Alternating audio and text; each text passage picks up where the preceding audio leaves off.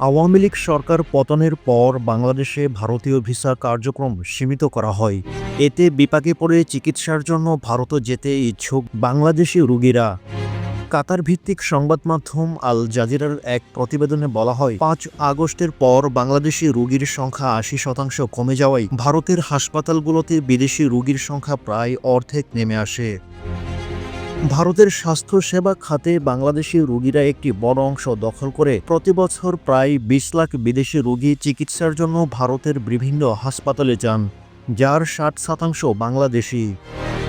২০২৩ সালে ভারতের medical tourism খাত থেকে ৯০০ কোটি মার্কিন ডলার অর্থাৎ ৭৭,১৮৯ কোটি রুপি আয় করা হয়। তবে ভিসা সংকটের কারণে এ আয় উল্লেখযোগ্যভাবে হ্রাস পায়। ভারতের চিকিৎসার জন্য ভিসা পেতে বাংলাদেশিদের এখন চরম বাধার সম্মুখীন হতে হচ্ছে। আগে বাংলাদেশে ভারতের ৫টি ভিসা কেন্দ্র প্রতিদিন ৭,০০০ অনলাইন স্লট বরাদ্দ ছিল। বর্তমানে এটি কমিয়ে ৫০০-তে আনা হয়, ফলে হাজারো রোগী চিকিৎসার জন্য ভারতে যেতে পারেন না।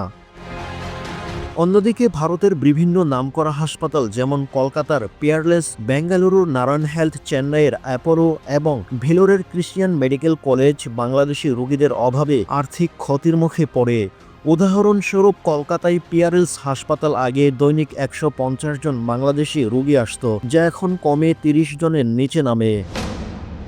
ভারতের স্বাস্থ্য সেবা অ্যাসোসিয়েশনের আলেকজান্ডার থমাস বলেন, এ সংকট শুধু অর্থনৈতিক নয়, বরং রোগীদের জন্য মারাত্মক।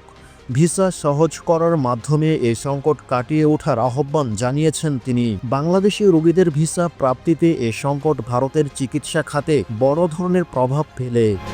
দুই দেশের মধ্যে এ সমস্যা সমাধানের মাধ্যমে রোগীদের চিকিৎসার সুযোগ নিশ্চিত করা এবং অর্থনৈতিক স্থিতিশীলতা বজায় রাখাও জরুরি।